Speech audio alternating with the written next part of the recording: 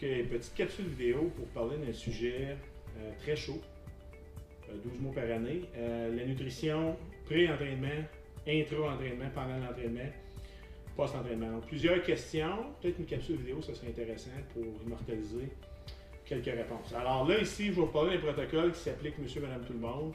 Pas nécessairement pour amener un athlète là, au sommet du mont Everest, ou pour aider quelqu'un à traverser l'Atlantique, ou pour amener Bruni Surin aux Jeux olympiques.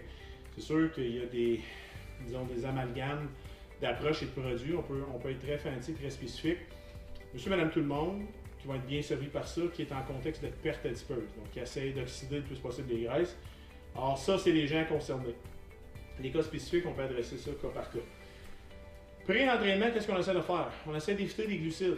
Okay? Dans un contexte de perte de poids, allez vous ressourcer dans votre source d'énergie secondaire, qui est du gras, pendant l'entraînement. Alors, bloquez l'entrée de glucides plusieurs heures avant l'entraînement pour laisser au corps l'opportunité d'aller puiser dans sa réserve d'énergie secondaire. Vous avez des glucides dans le sang, vous n'allez pas puiser dans vos graisses. Alors, les gens qui ont le réflexe de penser que ça prend une banane et un jour avant une séance de soccer ou un gruyot avant l'entraînement, à moins que vous ayez un pourcentage de 2%, monsieur, madame, tout le monde qui est en perte adipeuse, laissez faire les glucides. Vous bloquez votre perte graisseuse dans l'entraînement.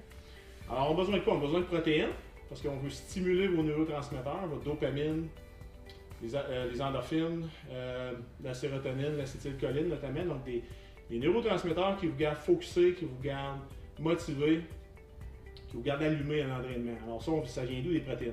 Protéines et bons gras, parce que les gras peuvent soutenir l'énergie en cas d'un problème de ressourcement.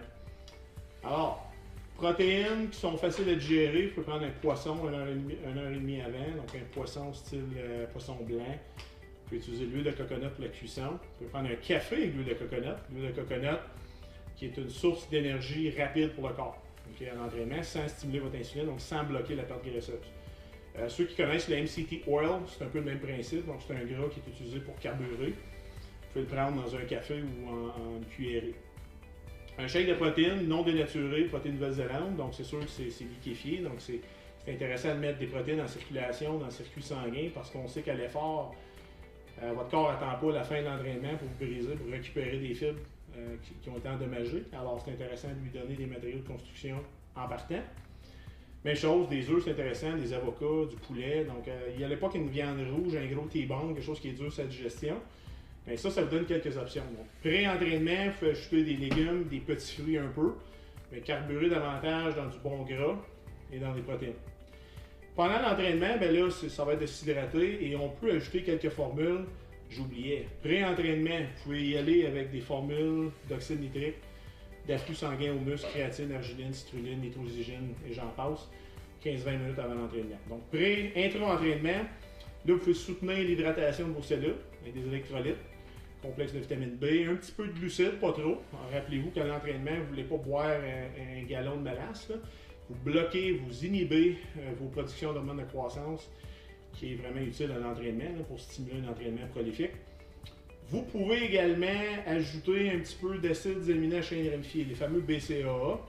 Alors moi, en fait, c'est là que je préfère le prendre durant l'entraînement parce que, comme on dit, c'est pas nécessairement en attendant après l'entraînement que le corps décide de se reconstruire. Il le fait dès le début de l'entraînement. Donc moi, j'aime me procurer d'acides aminés qui aident la récupération pendant l'entraînement. Le BCAA, oui, c'est intéressant. Pour Gisèle, 272 livres, qui veut perdre 30 livres, on laisse faire le BCAA. Ça, on regarde plus des gens qui sont bonne masse musculaire ou une femme qui cherche à préserver ses acquis en termes de masse musculaire et qui est en train de perdre quand même pas mal de gras. Donc, le corps peut carburer dans des fibres musculaires pour vous ressourcer en énergie. Donc, ça prévient cette mécanique-là. Post-entraînement, donc là, vous jetez la serviette, vous avez 45 minutes, mais honnêtement, je pense que c'est dans 15 minutes.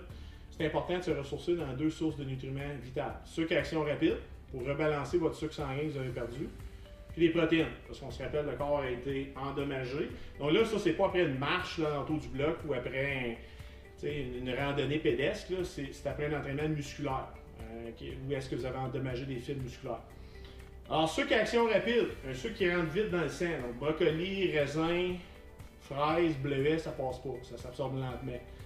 On y va avec des index glycémiques élevés. Donc moi, mon préféré, yogourt grec que vous pouvez mélanger avec un sirop d'érable ou du miel.